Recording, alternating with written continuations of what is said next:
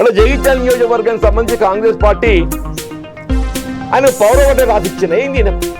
ఇంకా ఎంతకాలం ఈ వేధింపులు? జగిత్యాలలో ఎమ్మెల్యే డాక్టర్ సంజయ్ కుమార్కు కాంగ్రెస్ పార్టీపై పవర్ ఆఫ్ అటార్నీ రాసిచ్చారా అని పార్టీ అధిష్టానంపై మాజీ మంత్రి జీవన్ రెడ్డి ఆగ్రహం.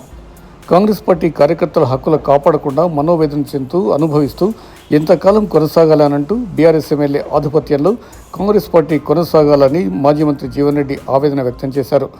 జగిత్యాల జిల్లా కేంద్రంలోని ఇందిరాభవన్లో మాజీ మంత్రి జీవన్ రెడ్డి సోమవారం సాయంత్రం 5 గంటల ప్రాంతంలో విలేకరుల సమావేశంలో మాట్లాడారు. వలసవాదులను తమ నెత్తి మీద రుద్దడం ఏంటని ఆగ్రహం వ్యక్తం చేశారు.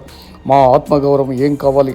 జగిత్యాలలో కాంగ్రెస్ జెండా ఎగురవేశామని సంబరపడాలో లేదో అర్థం కావడం లేదన్నారు. కాంగ్రెస్ పార్టీ చైర్పర్సన్గా ఎంపిక కావటం పట్ల అంటే వాస్తవంగా సంతోషపడాలన్నా లేక మళ్ళీ అదే పాత బీఆర్ఎస్ ఆధిపత్యం అధికారం చేపడుతున్నందుకు మరి బాధపడాలని తెలియని పరిస్థితి అని చెప్పంటాడు. ఇప్పుడు ఎమ్మెల్యే గారి ఆధిపత్యంలో వాట్ ఈజ్ ఇట్?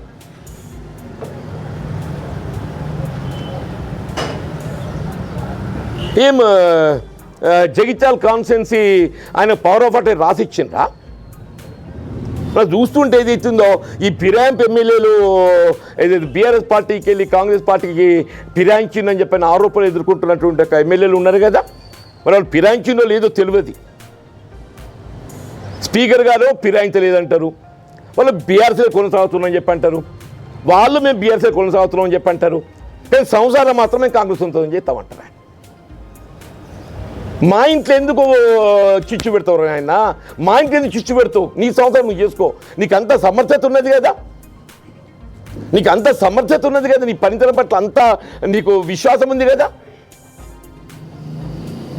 నీ బీఆర్ఎస్ నాయకత్వంతో విభేదాలు ఉంటే స్వతంత్రంగా పోటీ చేయి. నీ బీఆర్ఎస్ నాయకత్వంతో కంటే నీకు విభేదాలు ఉన్నట్టయితే ఎస్ ఇక్కడ కాంగ్రెస్ పార్టీ నమ్ముకున్న వాళ్ళకి అన్యాయం అయింది కాబట్టి ఏది ఇస్తుందో వాళ్ళు ఎదురుంటి నిలిచినా నేను వాళ్ళకి అండగా నిలిచిన స్వతంత్రం అని చెప్పంటాను. నువ్వు చేయి, నీ సమర్థత వల్ల నీకు అంత విశ్వాసం ఉంటే నువ్వు అదే పొరుగు జెండాని ఎందుకు పట్టుకుంటున్నావు? నువ్వు నీ జెండా నీకు పట్టుకోవడానికి అవకాశం లభించదు అని చెప్పి అనుకున్నట్టయితే, బీఆర్ఎస్లో అవకాశం లభించదు చెప్పి భావించినట్టయితే నువ్వు జెండా పెట్టుకొని పోటీ చేసేది ఉంటే, నీ సమర్థత ఉంటే మా సీట్లు ఎందుకు ఎక్కున్నావా? నువ్వు ఇవాళ మొత్తం కౌన్సిలర్స్ అందరు, నిన్న బీఆర్ఎస్ కౌన్సిలర్స్, ఇవాళ కాంగ్రెస్ కౌన్సిలర్స్. నిన్న బీఆర్ఎస్ కౌన్సిలర్స్, ఇవాళ కాంగ్రెస్ కౌన్సిలర్స్.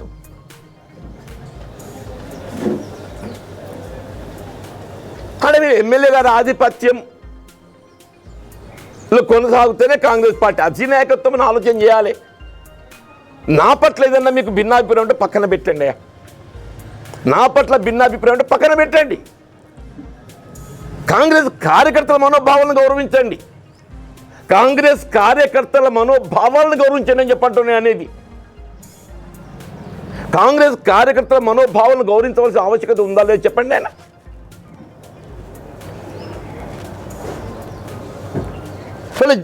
ఈ జగిత్యాలనే పరిస్థితి గిట్లుందంటే ఇక పాప ఇంకెన్ని 9 మంది ఉన్నారు, వాళ్ళ పరిస్థితి ఎట్లా నాకు తెలియదు. ఆయన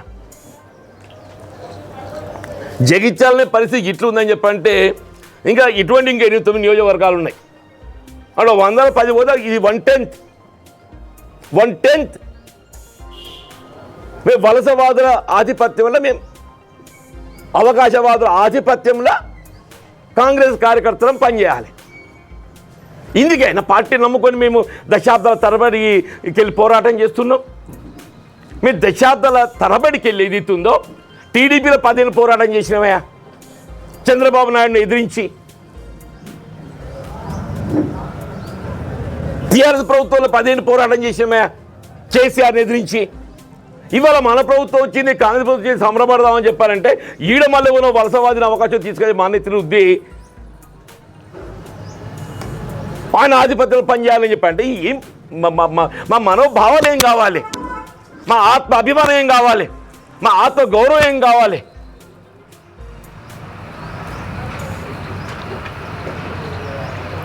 అట్లా జగిత్యాల మున్సిపాలిటీ కాంగ్రెస్ వశమైందని, జెండా ఎగిరిందని చెప్పి సంబరపడమంటారా? మళ్ళీ అదే కొత్త సీసాలో పాత సారా, కొత్త సీసాలో పాత సారా. 5 ఏళ్ళు అట్లా దోపిడీకి గురైంది. 5 ఏళ్ళు ఇదే ఎమ్మెల్యే గారు, 5 ఏళ్ళు ఇదే ఎమ్మెల్యే గారు అట్లా దోపిడీకి గురైంది. 16 మంది కమిషన్లు బదిలీ అయినరు, 8 మంది ఉద్యోగస్తులు జైలు పాలైనరు. మా మిత్రుడు ఏమన్నా చొక్కారావు గారి పేరు చెప్తారండి, నాకు ఇది నేను అదే చొక్కారావు గారి ఆధ్వర్యంలో కాంగ్రెస్ పార్టీ చేరిన 84 డిసెంబర్లో. సరే, ఇంతవరకు కొనసాగుతుంది. ఈయన మధ్యలో 20 ఏళ్ళు ఎక్కడ వలస వచ్చిండే? అంటే కాంగ్రెస్ కుటుంబం ఉంటుందనే. మరి నడుమ 20 ఏళ్ళు ఎక్కడ బతకపోయినావు? నడుమ 20 ఏళ్ళు ఎక్కడ బతకపోయినావు అని చెప్పి అంటున్నా.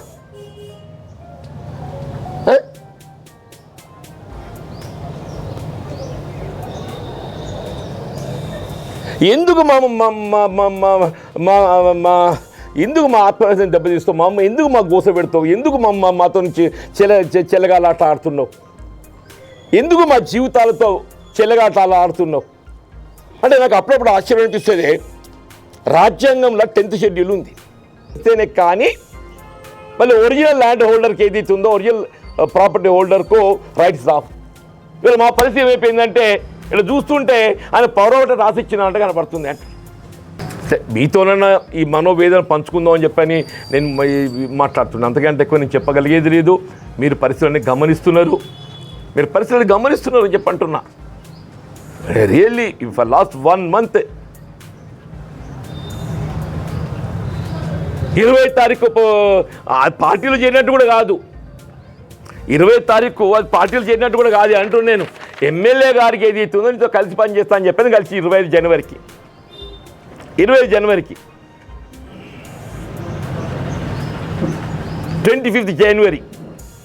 28 నాడు ఏది అవుతుందో నామినేషన్ ప్రక్రియ ఆరంభమైంది. షెడ్యూల్ ఇలా 16 ఫిబ్రవరి.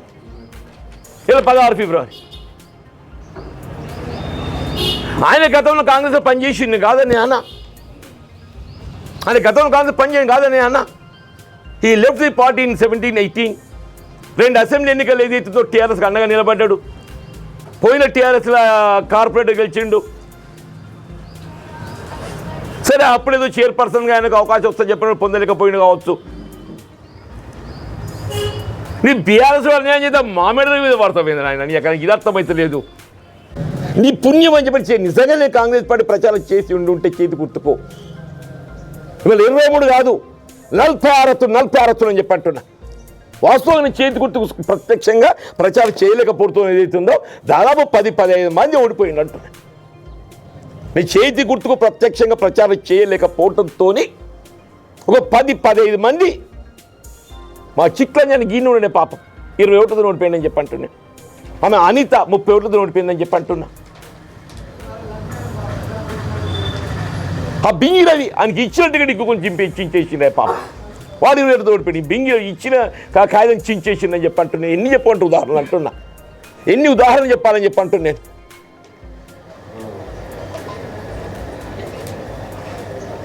అంటే నిజంగా నేను ప్రత్యక్షంగా చేతి గుర్తు ప్రచారం చేయలేకపోవడంతో ఎంత మానసిక క్షోభకు గురైనా మీరు ఊహించినారే. వాళ్ళకి నేను కావాలి, వాళ్ళు రాజకీయంగా నిలదొక్కుకోవాలి అనే భావనతో వాళ్ళకు అవకాశం కోసం వచ్చిందో 18-20 మందికి వచ్చింది. వాళ్ళు గెలవాలని కోరుకుంటే నేను వాళ్ళు గెలిచిన 4 ఉన్నాయి ఇక్కడ చెప్పంటూ నేను చేయలేకపోవడం నాకు మానసికంగా నాకు ఎంత క్షోభ గురి చేసేదే. నేను బీఆర్ఎస్కి చేయలేదు, బీజేపీకి చేయలేదు. కాంగ్రెస్ అన్యాయం జరిగింది. టికెట్లు దొంగ లెక్క ఎత్తుకపోయిండు, అర్ధరాత్రి కన్నం వేసి ఎత్తుకపోయిండు. పక్కిండు కన్నం వేసి ఎత్తుకపోతాడో ఎమ్మెల్యే గారు మన టికెట్లు ఎత్తుకపోయిండు, బీఫామ్ చేతి గుర్తు ఎత్తుకపోయిండు. కాబట్టి మనం విధిలోకి ఏదైతే ఉందో ఇవాళ ఇవాళ ఈ వేరే గుర్తుతో మీ ముందుకు వచ్చినామని చెప్పిన తప్ప ఏం మాట్లాడలేదు. ఎక్కడ కూడా కాంగ్రెస్ పార్టీ భిన్నంగా మాట్లాడలేదు.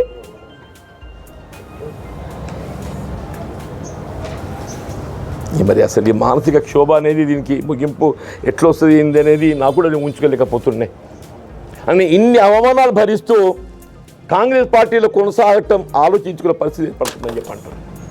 ఇన్ని అవమానాలు భరిస్తూ ఇంత ఆత్మక్షోభతోని కాంగ్రెస్ పార్టీలో కొనసాగటం ఆలోచించుకునే పరిస్థితి ఇలా ఏర్పడుతుందని చెప్పండి. మరి భవిష్యత్తు ఇలా ఎటు దారి తీస్తుందో ఏంటో కానీ ఇప్పటికైనా అధిష్టానం ఏదైతుందో లేకుంటే ఇది ముగింపు కాదు కదా. ఈ ఎన్నిక ముగింపు కాదు కదా. ఈ వేధింపులు ఏదైతుందో ఆయన ఎమ్మెల్యే ఉన్నంతకాలం కొనసాగుతాయి. ఈ వేధింపులు ఇంతటితో ముగిసేటి కాదు. ఈ వేధింపులు ఏదైతుందో ఆయన ఎమ్మెల్యే ఉన్నంతకాలం కొనసాగుతాయి. మరి ఈ వేధింపులు భరించుకుంటా, ఈ మానసిక క్షోభను భరించుకుంటా కాంగ్రెస్లో కొనసాగడం సాధ్యమేనని అనిపిస్తుందని అంటున్నాను. రియల్లీ మరి అసలు ఏంటి దారి ఎటుంటుంది ఏంటి అనేది నేను ఊహించుకోలేకపోతున్నాను చెప్పంట.